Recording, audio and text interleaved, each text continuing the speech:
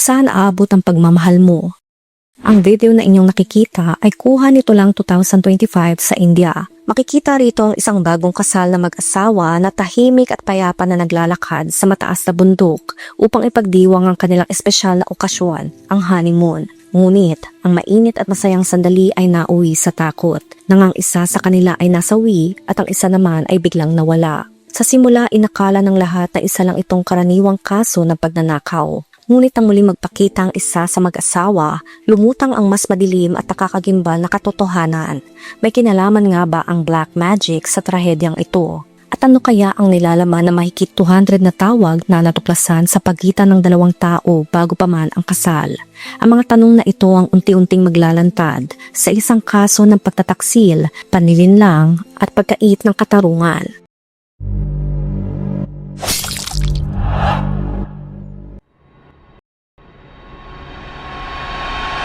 Itong May 2025 sa bayan ng Cherrapunji sa Meghalaya, India na isang lugar na kilala sa luntiang kabundukan at halos walang tigil na pag-ulan, dumating ang bagong kasal na sina Raja Raghuvanshi, 29 years old mula Indore at ang kanyang asawa na si Sonam Raghuvanshi, 24 years old para sa kanilang honeymoon.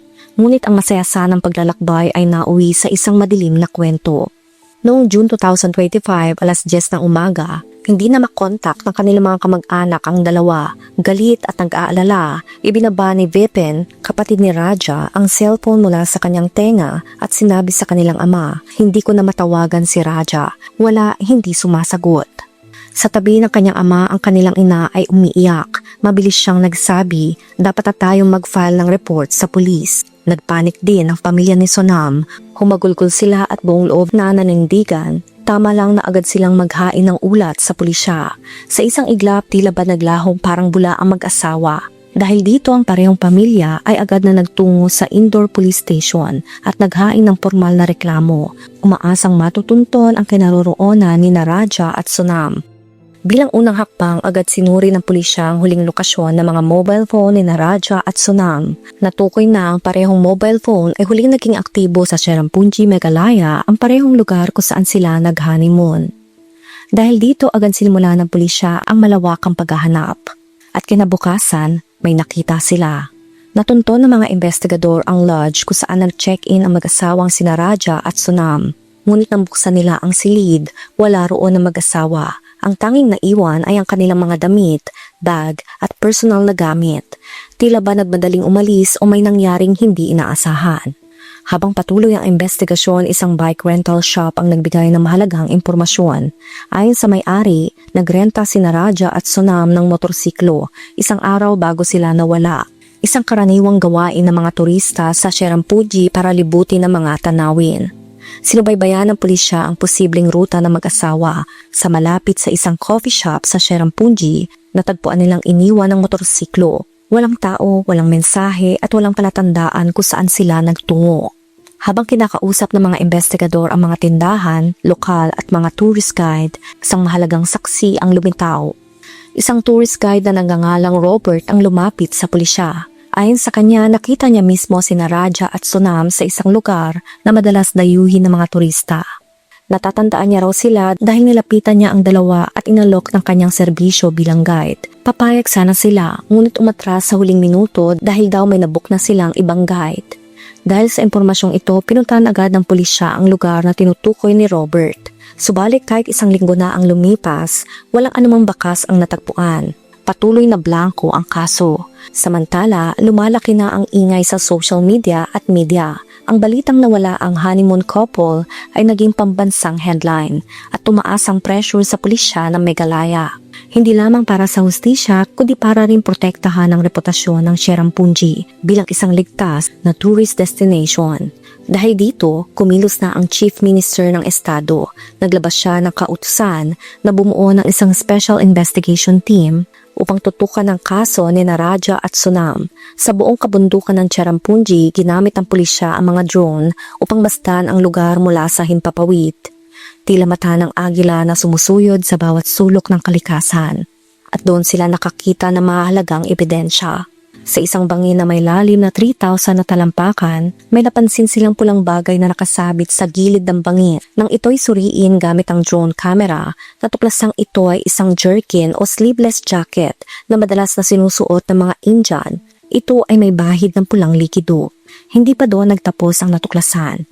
Mga 300 meters mula sa nasabing jerkin, sa gitna ng masukal na bahagi ng bundok, natagpuan nilang isang labi ng lalaki. Agad ang tungo ang mga pulis sa lugar. Sa tabi ng labi, nakita nila ang isang cellphone at isang matulis at mahaba na bagay na may pulang likido.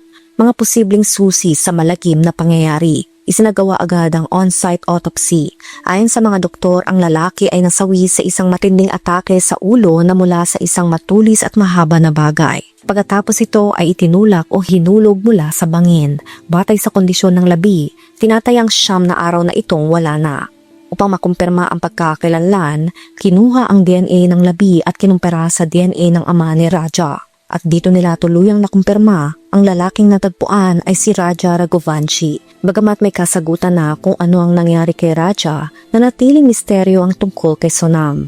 Buhay pa kaya siya? Nasa panganib o may mas malalim pa itong kwento? Ngunit habang patuloy na nilulutas ng mga pulis ang kaso, isang tawag ang nagbukas ng bagong kabanata. Noong June 9, 2025, sa isang highway sa Ghazipur City, Uttar Pradesh, bandang alas 2 ng madaling araw, isang babaeng 25 years old, nakasuot ng itim na t-shirt at maong, ang dumating sa isang daba. Isa itong simpleng kainan sa gilid ng kalsada. Tahimik siya umupo sa isang upuan, malungkot ang muka, hindi umiimik, parang natatakot.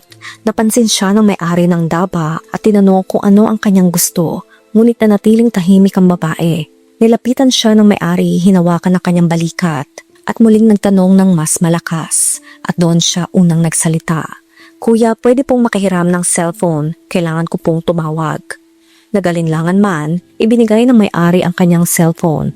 At pagkatapos ng ilang minuto, Tay, si Sonam po ito, nasa Ghazipur po ako, bilisan niyo po, natatakot po ako. Tama ka ng dinig, ang babaeng dumating sa daba ay si Sonam mismo, ang matagal nang hinahanap ng pulisya ng Meghalaya. Dahil dito agad na nagtungo ang espesyal na grupo ng pulisya mula sa Meghalaya sa lugar kung saan siya nakita. Nang tanungin si Sonam tungkol sa nangyari sa kanya sa mga nakaraang araw, sinabi niyang 3 hindi kilalang lalaki ang umatake gamit ang matulis at mahaba na bagay at pinaslang ang kanyang asawa na si Raja. Sa harap niya mismo, kita ng kanyang 2 mata. Sinabi rin niyang ninakaw nila ang kanyang mga alahas. Pagkatapos, pinantayan siya ng mga sospek at sinabihang huwag sumigaw. Binigyan siya ng gamot na maaring naging dahilan para hindi niya mamalaya ng paligid at saka dinukot mula sa lugar. Dinala siya sa isang bahay kung saan ikinulong siya hanggang sa gabing iyon. Sa huli, ninakaw din daw ang kanyang mga alahas at ibinaba siya sa highway gamit ang isang kotse. Ganyan isinilaysay ni Sonam sa mga pulis ang mga nangyari. Kasabay nito nang malaman ng kanyang pamilya na buhay siya at ligtas, unti-unting gumaan ang kanilang pakiramdam. Ngunit hindi nagtagal, nabasag ang kanilang kapayapaan nang dumating ang isang nakakagulat na balita. Bagamat ikinuwento ni Sonam ang kanyang madilim na karanasan, nagsimula siyang mautal sa mga mahalagang tanong na pulisya. Ano raw ba ang itsura ng mga lalaki? Saan siya ikinulong? Anong klaseng kotse ang nagdala sa kanya sa highway? At saan siya bumaba para matrace sa CCTV? Sa mga tanong na ito, hindi siya makasagot ng maayos at madalas niyang sabihin hindi niya matandaan dahil sa epekto ng gamot na ibinigay sa kanya. Dahil dito nagtaka ang pulisya. Upang matiyak ang katotohanan, isinagawa nila ang isang medikal na pagsusuri nang hindi nalalaman ni Sonam. At ang resulta ay walang bakas ng gamot sa kanyang katawan, taliwas sa kanyang sinabi. Hindi lang iyon, pinag-aralan din ng pulisya ang kasaysayan ng tawag mula sa mobile phone ni Sonam. Natuklasan nila na habang papalapit na ang kasal, may isang taong laging kausap si Sonam, ngunit hindi kilala ng kanyang kamag-anak. Ito ay si Sanjay Verma. Sa loob ng 3 linggo bago ang honeymoon, tumawag si Sonam kay Sanjay higit sa 230 na beses. Hindi ito mga simpleng tawag. Bawat isa tumatagal ng 30 minutes hanggang 1 oras. Karaniwan sa gabi, tila may maselang pinag-uusapan. Hindi pang karaniwan ang dami at haba ng tawag. Parang sila ay nagtatago. Nagsisigurong walang makakahuli. Ang numero ni Sanjay ay bagong SIM card. Walang malinaw na pagkakakilanlan, posible ring hindi talaga Sanjay Verma ang tunay niyang pangalan, kaya pinagpalagay nila na ito ay posibleng si Raj Kushwaha, ang kanyang pangalawang lalaki. Maliban kay Raj Kushwaha, ang signal ng iba pang 3 numero ay naitala sa parehong lugar kung saan nangyari ang pagpaslang. Kinilala ang nagmamay-ari ng 3 numero. Ito'y sina Vishal Chauhan, Akash Rajput at Anand Kurmi. Bagamat hindi kasama ni Sonam si Raj Kushwaha sa araw ng insidente, madalas siyang nakikipag-usap sa taong ito. Dahil dito nakaramdamang pulisya na may kakaiba sa buong kwento, hindi lamang si Sonam ang kanilang inaresto. Pati ang iba pang mga lalaking konektado sa kaso ay dinala rin sa kustodiya para sa mas malalim na investigasyon. Doon na nagsimulang umamin ng mga sospek tungkol sa nangyari at ang kanilang pag-amin ay nagpagulat sa buong India. Lumabas sa salaysay ng ama ni Sonam na isang may-ari ng negosyong plywood sa Indore ay nagkasakit ng malubha. Dahil dito pumalit si Sonam kasama ang kanya kapatid sa pamamahala ng negosyo. Dito nagsimulang lumalim ang ugnayan ni Sonam kay Raj Kushwaha Singh, ang manager ng accounts. Nagkainlaban sila at tuwing may pagkakataon ay nagkakaroon sila ng pisikal na ugnayan. Noong February 2025, nagdesisyon ng pamilya ni Sonam na ayusin ang kanyang kasal sa pamamagitan ng isang matrimony app. Nakita nila si Raja Raghuvanshi, nagmamay-ari ng negosyo ng transportasyon sa Indore. Para sa kanila, si Raja ay perpektong lalaki, milyonaryo at patatagang estado sa buhay. Ngunit nang marinig ito ni Sonam, labis siyang nagulat. Sinabi niya sa kanyang ina na na-inlove siya kay Raj Kushwaha at ayaw niyang ikasal kay Raja. Ngunit may mga hadlang. Si Raj ay 4 na taon na mas bata kay Sonam. 21 siya samantalang 25 years old si Sonam. Mababa rin na kanyang estado sa lipunan kumpara sa kanilang pamilya. Nalaman din na isa siyang dropout. Dahil dito tinanggihan ng pamilya ni Sonam ang relasyon nila. Sa kabila ng sakit ng ama at kagustuhang makita siyang ikasal, pinilit ang pamilya si Sonam. Isinagawa ang engagement ceremony noong February 2025 kung saan si Raja Raghuvanshi ang naglagay ng singsing sa kamay ni Sonam. Isang tagpo na nasa isip ni Sonam ay dapat sana ay si Raj Kushwaha. Dahil sa galit at pagkadismaya, naisip ni Sonam na kung papastangin niya si Raja, makakasama niya ng masaya si Raj Kushwaha. Dahil dito gumawa siya ng isang matinding desisyon at inilahad ito kay Raj Kushwaha. Sa tulong niya, sumama ang 3 kaibigan mula sa kanilang eskwelahan upang magplano ng pagpaslang kay Raja. Noong May 11 matapos ang kanilang kasal, ayon sa plano ni Sonam, sinabi niya kay Raja na kailangan nila mag-honeymoon sa Meghalaya. Inilahad niya na may kilala siya na isang tour guide doon na tutulong sa kanila. Para sa honeymoon, kumuha si Sonam ng 9 lakh rupees o migit kumulang 600,000 pesos mula kay Raja. Mula sa halagang iyon, inilaan niya ang 3 lakh rupees o migit kumulang 200,000 pesos bilang paunang bayad sa 3 kasama niya na ipinasa niya kay Raj upang ibigay sa mga kasabwat. Sinabi rin ni Sonam na dapat maging marangya ang kanilang pagdating na parang hari at reyna, kaya hiniling niyang magsuot sila ng maraming alahas. Siya mismo ay nagsuot ng mga alahas na nagkakahalaga ng 15 lakh rupees o migit kumulang 1 million pesos.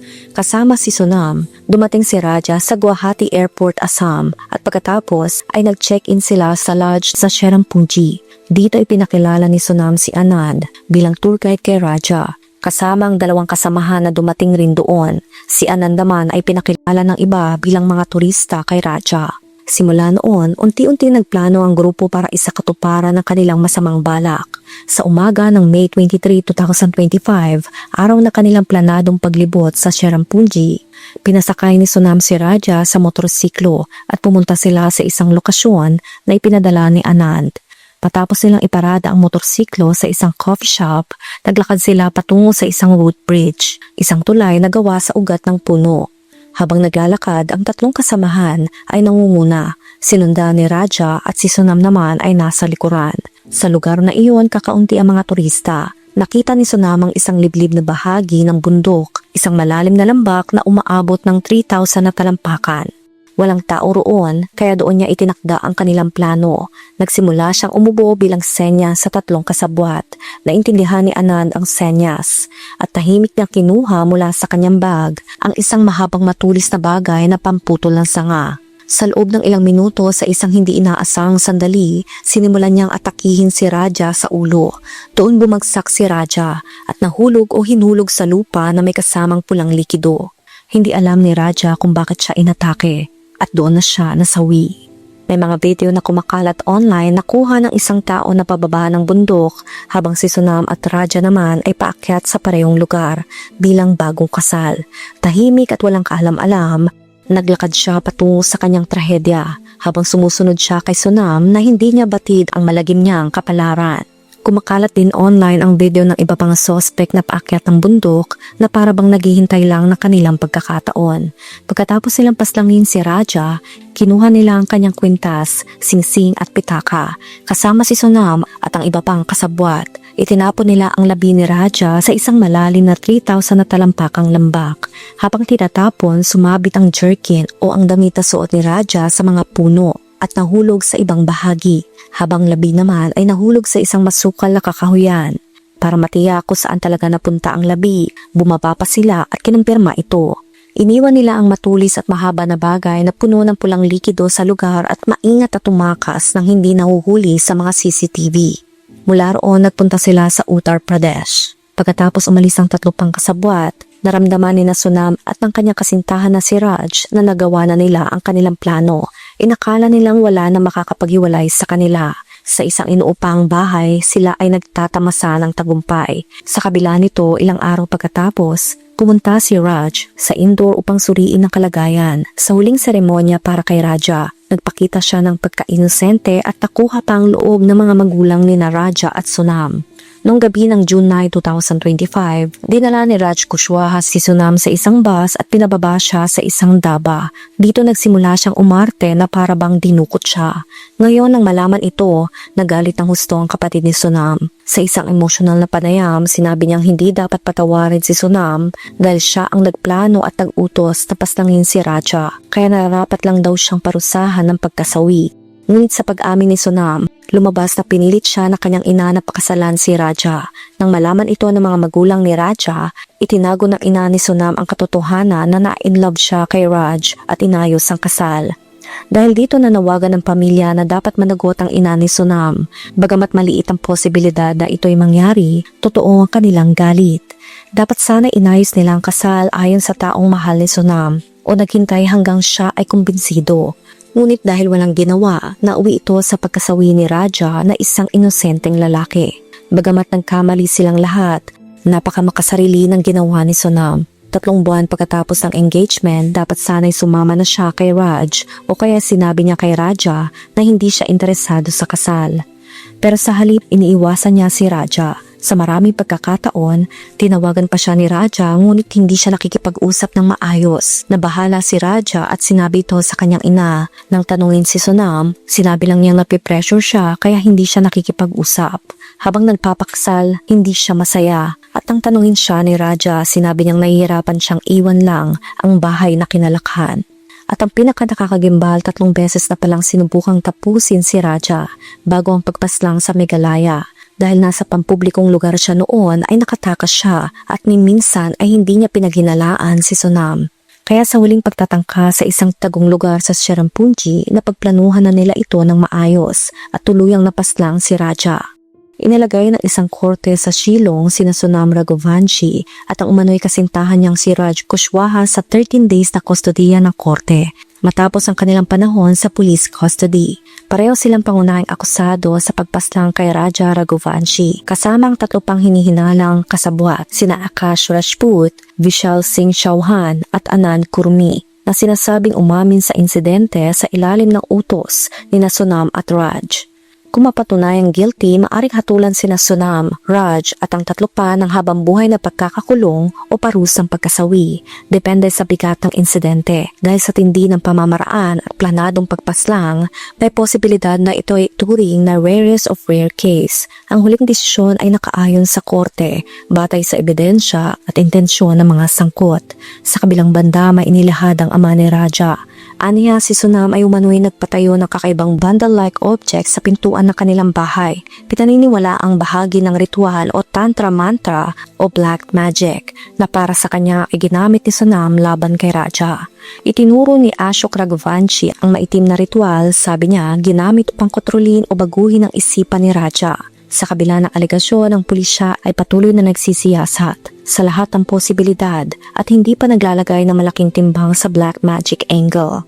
Sinusuri pa nila ito bilang posibleng motibo kasama ng mga dokumento at teknikal na ebidensya. Ipinapakita ng kwentong ito na mali ang pinipilit na pagmamahal at ang pananahimik sa isang relasyong hindi totoo ay maaring humantong sa trahedya. Kung may ayaw ka, mas mabuting magsabi ng mas maaga kesa manahimik at magplano ng kapahamakan sa iba. Sa huli, lalabas pa rin ang katotohanan at mangingibabaw ang katarungan. Ikaw, anong masasabi mo sa kwento natin ngayon? Let me know sa comment section.